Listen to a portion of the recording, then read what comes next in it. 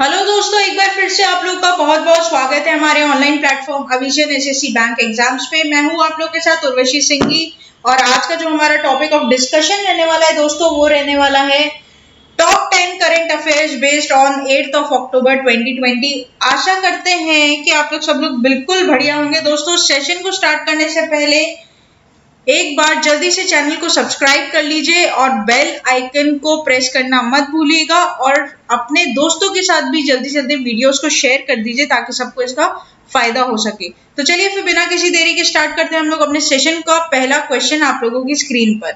Which state government took an initiative to connect villages with optical fiber network to facilitate online availability of public services? यहाँ पर दोस्तों आप लोगों से पूछा है कौन सा ऐसा स्टेट गवर्नमेंट है जिसने ये इनिशिएटिव लिया है कि वो विलेजेस को कनेक्ट करेगा थ्रू ऑप्टिकल फाइबर नेटवर्क, ताकि उन लोगों को पब्लिक सर्विसेज का क्या हो सके, पूरा पूरा फायदा हो सके, वो लोग उस सर्विसेज को ऑनलाइन अवेलेबिलिटी उनके पास पहुंच सके। तो ऑप्शन है आप लोग के पास Rajasthan, Madhya Pradesh, Uttar Pradesh, Gujarat. Here the correct option will be option number D, that is Gujarat. ठीक है दोस्तों, तो पढ़ लेते हैं एक बार। Gujarat government launch the digital Seva Setu app. ठीक है, ये बात आप लोग ध्यान रखोगे। डिजिटल सेवा सेतु ऐप आपका यहाँ पे लॉन्च किया गया है गुजरात गवर्नमेंट के द्वारा। और the Gujarat state government launch the digital Seva Setu program for rural areas. It was launch under the Bharat net project of the government for the central government. ठीक है दोस्तों, तो ये बात ध्यान रखना, गुजरात ने एक तो इसको क्या किया है, लॉन्च किया है, प्लस किसके अंडर में किया है, तो Bharat net project of the central government. The program comply with the India's digital India mission. The villages will be connected with the बहुत इंपॉर्टेंट है, the villages will be connected with the 100 Mbps optical fiber network with an aim to make every village a mini सचिवाल। ठीक है, तो basically ये सचिवालय जो है ये हिंदी वर्ड है इसका, आपको अगर मैं इंग्लिश में बोलूँ तो ये सेक्रेटरीट ऑफिस यहाँ पर क्या कर सके, खोल सके। इसके लिए आपका यहाँ पर जितने भी विलेजेस है उन पे ऑप्टिकल फाइबर का नेटवर्क का क्या होगा, समावेशन होगा। The program connects the village panchayats, which will provide 20 pro people services including the delivery of ration card at homes. ठीक है, the program will transform the 18,000 villages of Gujarat into modern global villages, and in the phase 1 2,000 village panchayats will be covered and rest of the covered in 2021। तो दोस्तों 2020 के लिए आपका 2020 साल के लिए आपका 2000 विलेजेस का यहाँ पर बात की गई है और बाद बाकी जितनी भी रिमेनिंग होगी उसको 2021 में क्या किया जाएगा, कंप्लीट किया जाएगा। चलिए फिर नेक्स्ट करंट अफेयर्स के ऊपर चलते हैं और question number 2, the Ganga river dolphin day is globally observed on. आप लोग को बताना है दोस्तों कि गंगा में जो डॉल्फिन पाई जाती है उनके लिए कौन सा एक दिन हम लोगों ने यहाँ पर ग्लोबली ऑब्जर्व, मतलब कौन सा एक दिन मनाया जाता है पूरे साल में। 5th October, 6th October, 7th October, 8th October. Here the correct option will be option number A, that is 5th अक्टूबर। ठीक है दोस्तों, तो हर साल 5th अक्टूबर को आपका गंगा रिवर डॉल्फिन डे मनाया जाता है।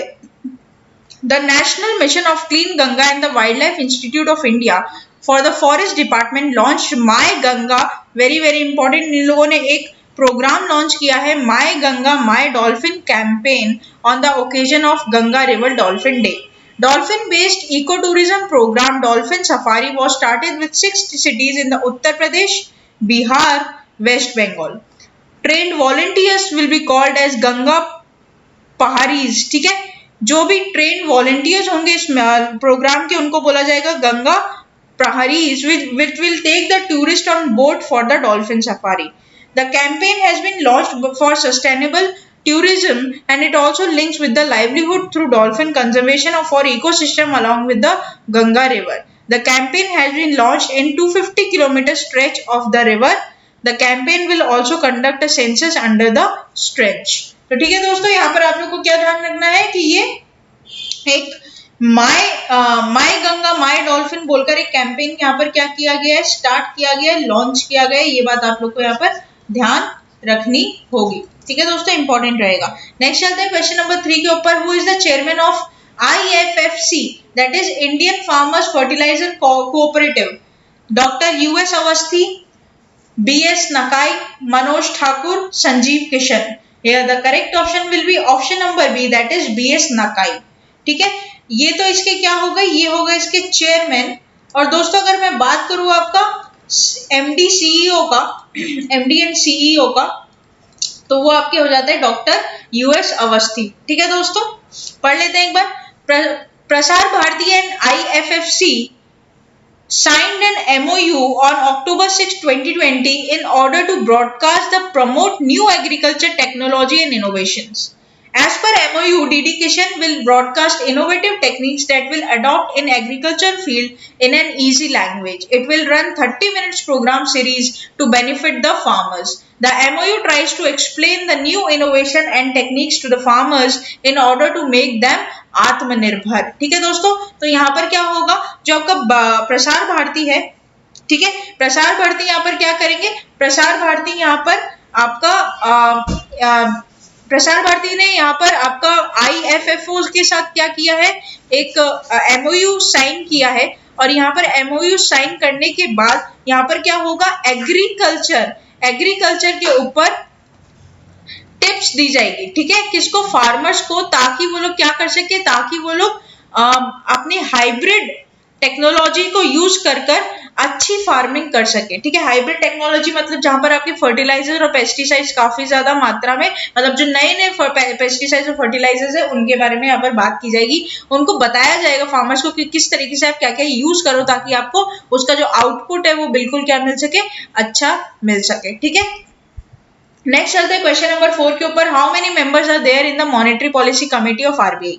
तो दोस्तों मैं आप लोगों को बता दूं, मॉनेटरी पॉलिसी कमेटी जो कि किसकी है, आरबीआई की है। और अगर कोई स्टूडेंट्स जैसे कोई किसी को पता हो तो फिस्कल पॉलिसी भी होती है। और फिस्कल पॉलिसी क्या होती है, फिस्कल पॉलिसी होती है आपकी गवर्नमेंट की पॉलिसी। ठीक है, तो आरबीआई की जो एमपीसी है, मॉनेटरी पॉलिसी कमेटी, ये आपकी बाय मंथली पॉलिसी होती है दोस्तों। बाय मंथली मतलब ये हर 2 महीने में आपका आती है, मतलब पूरे साल में ये 6 बार आती है।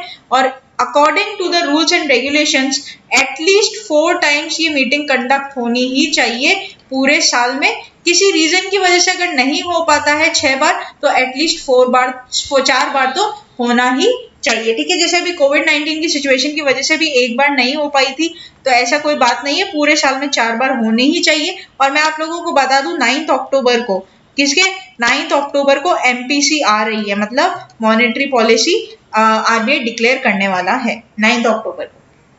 तो यहाँ पर पूछा है कि कितने मेंबर्स होते हैं एमपीसी में, तो 8, 9, 6, 5 है। The correct option will be option number C, that is 6। तो 6 मेंबर्स होते हैं दोस्तों, 3 होते हैं मेंबर आरबीआई के और 3 मेंबर होते हैं आपकी गवर्नमेंट ऑफ इंडिया के। ठीक है, ऐसे करके 6 लोगों की ये पॉलिसी होती है। The government appointed the 3 members to the Monetary Policy Committee, putting the seal on the India's new architecture for setting interest rates and ending the Reserve Bank of India governor's role as a sole arbiter. Its first policy review is scheduled for October 4. The 3 are academics, मतलब यहाँ पर जो 3 लोग आपके यहाँ पर क्या हुए, नियुक्त हुए दोस्तों, उनके नाम है Chetan Ghat, associate professor of Indian statistical institute. दूसरी है आपकी पामी दुआ जो है वो दिल्ली स्कूल की इकोनॉमिक्स की प्रोफेसर है। और तीसरा आपका है Ravindra H Dholakia, that is a professor of economics at Indian Institute of Management, that is IIMA Ahmedabad. They will join the 3 Reserve Bank members, making up total 6, with Governor Urjit Patel having a casting vote. तो दोस्तों यहाँ पर उर्जित पटेल नहीं होगा, यहाँ पर आपके governor का नाम अभी क्या हो जाएगा, शक्तिकांता दास। यहाँ पर कुछ मिसप्रिंट हुआ है, तो शक्तिकांता दास आपके यहाँ पर क्या हो जाएंगे, गवर्नर हो जाएंगे रिसेंट। ठीक है दोस्तों, तो ये बात आप लोग क्या करोगे, बिल्कुल ध्यान रखोगे। नेक्स्ट चलते हैं क्वेश्चन नंबर 5 के ऊपर। Who launch the Ayush standard treatment protocol. Narendra Modi, Ramnath Kovind, doctor Harshvardhan और Sunil Vijay Kumar. Here the correct option will be option number C, that is Harshvardhan. ठीक है, तो पढ़ लेते हैं इनके बारे में भी। The Union Minister Dr. Harshvardhan launched the Ayush Standard Treatment Protocol at an event held in via video conference. The protocol details and self-care guidelines for preventive health measures will be help in protecting against COVID-19. While launching the protocols, the health minister hailed up upgradation of the protocols by the Ayush Ministry, which has been done in the sync with the CSIR, Council of Scientific and Industrial Research, and ICMR, that is Indian Council Medical Research. ठीक है दोस्तों, तो यहाँ पर आप लोगों को जो एग्जाम पॉइंट ऑफ व्यू से ध्यान रखना है कि डॉक्टर हर्षवर्धन ने क्या लॉन्च किया है, आयुष स्टैंडर्ड ट्रीटमेंट प्रोटोकॉल. ठीक है, इतना ही आप लोगों के एग्जाम के लिए रेलिवेंट रहेगा. नेक्स्ट चलते हैं क्वेश्चन नंबर 6 के ऊपर. Who is the union minister of environment, forest, climate change? Anil Madhav Dave, Prakash Javadekar, Harshvardhan, Ashok Kumar Sen. Here the correct option will be option number B, that is Prakash Javadekar. ठीक है, पढ़ लेते हैं. Wild week is annually celebrated across India between 2nd and 8th October with an aim to protect and preserve the flora and fauna in India. The first wildlife week is observed in 1957. The wildlife week is 2020 celebrated from 2nd October to 8th October 2020. Wildlife week 2020 marks the 66th wildlife week, which is celebrated under the theme roar and revive, exploring human animal relationship. तो दोस्तों यहाँ पर 2nd अक्टूबर से लेकर 8th अक्टूबर तक आपका week चलेगा और उस वीक का आपका क्या होगा, उस वीक का नाम होगा वाइल्ड लाइफ वीक. ठीक है, ये बात आप लोग क्या करोगे, यहाँ पर ध्यान रखोगे, very very important.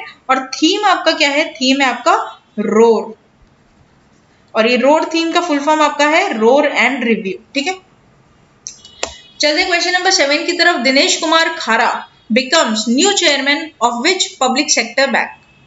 State Bank of India, Bank of Baroda, UCO Bank, Bank of India. Here the correct option will be SBI, State Bank of India, option number A. तो दिनेश कुमार खारा जी को यहाँ पर क्या बना दिया गया, चेयरमैन बना दिया गया है SBI का. ठीक है, वेरी वेरी इंपॉर्टेंट, बहुत ज्यादा इंपॉर्टेंट रहेगा आपके एग्जाम पॉइंट ऑफ व्यू से दोस्तों. ठीक है, The government on Tuesday appointed SBI senior most managing director Dinesh Kumar Khara as the chairman of the country's largest lender. He replaces Rajneesh Kumar, who completed his 3-year term. The central government appointed Dinesh Kumar Khara as the chairman of State Bank of India for a period of 3 years with effect from the date of his taking over charge for the post of or on after October 7, 2020 until the further orders whichever is earlier, according to the notification issued by the finance ministry. So this is going to be very very important because it is something which is new appointment जो आपके exam के लिए और exam view point से बहुत ज्यादा important रहता है दोस्तों. तो ध्यान रखिएगा, दिनेश कुमार खारा जी को क्या बना दिया गया है, चेयरमैन बना दिया गया है आपका SBI का. नेक्स्ट चलते हैं क्वेश्चन नंबर 8 की तरफ. Anand Neelakantan belongs to which field? Director, producer, actor, writer. Here the correct option will be option number D, that is writer. तो दोस्तों Baahubali series author Anand Neelakantan pens debut kids book. The author Bahubali series Anand Neelakantan has authored his first kids book titled The Very Extremely Most Naughty Asur Tales of Kids, published by Puffins Publishers Private Limited under the Ministry of Corporate Affairs. Next चलते हैं हम लोग question number 9 की तरफ. Who is the CEO of Hudl? Hudl के आपके CEO का नाम बताना है आपको. ऑप्शन है Suhail Narayan, Sanjeev Sinha, Rajesh Kulkarni, Rakesh Vardhan. Here the correct option will be option number A, that is Suhail Narayan. तो पढ़ लेते हैं दोस्तों, यहाँ पर हडल ने क्या किया, अपना ब्रांड एम्बेसडर और एडवाइजर बनाया. किसको? अजिंक्य रहाणे को. आपको ये बात तो पहले बिल्कुल याद रखनी है क्योंकि ये भी एक तरीके का नया अपॉइंटमेंट है दोस्तों. तो यहाँ पर ब्रांड एम्बेसडर कौन बन गया है, आपका अजिंक्य रहाणे बन गए हडल के लिए. ठीक है, तो आगे पढ़ लेते हैं. Rehana will guide the team with strategic inputs through his experience in professional sport. Hudl is a sport tech events and management company that uses technology to make sports activities accessible to the masses. ठीक है दोस्तों, तो यहाँ पर आपको क्या ध्यान रखना है कि ये बन चुके हैं आपके ambassador and the advisor. ठीक है, वेरी वेरी इंपॉर्टेंट. नेक्स्ट चलते हैं question number 10 and the very very last question of this session.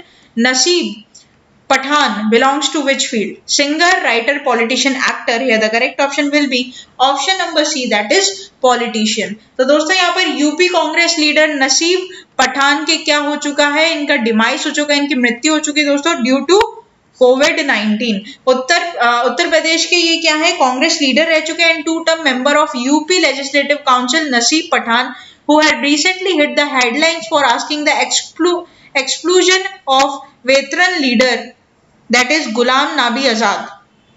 Ghulam Nabi Azad के बारे में पूछने वाले अभी ये काफी सुर्खियों में रह चुके हैं. फाइनली इनका क्या हो चुका है, देहांत हो चुका है दोस्तों. इनकी डेथ हो चुकी है कहां पर, लखनऊ में कोविड-19 की वजह से. तो दोस्तों ये थे हमारे top 10 current affairs based on 8th of October 2020। आशा करते हैं कि सेशन आप लोग को अच्छा लगा होगा। सेशन अच्छा लगा है तो लाइक करना मत भूलिएगा, चैनल को तुरंत ही सब्सक्राइब कर लीजिए और जिस किसी ने भी अभी तक सब्सक्राइब नहीं करा है वो बेल आइकन भी प्रेस करेगा और अपने वीडियोस को अपने दोस्तों के साथ जरूर शेयर कर दीजिएगा ताकि आगे आने वाले एस्पिरेंट्स को भी इनका बहुत बहुत फायदा हो सके। दोस्तों तब तक के लिए बने रहिए हमारे साथ। Thank you so much and have a nice day.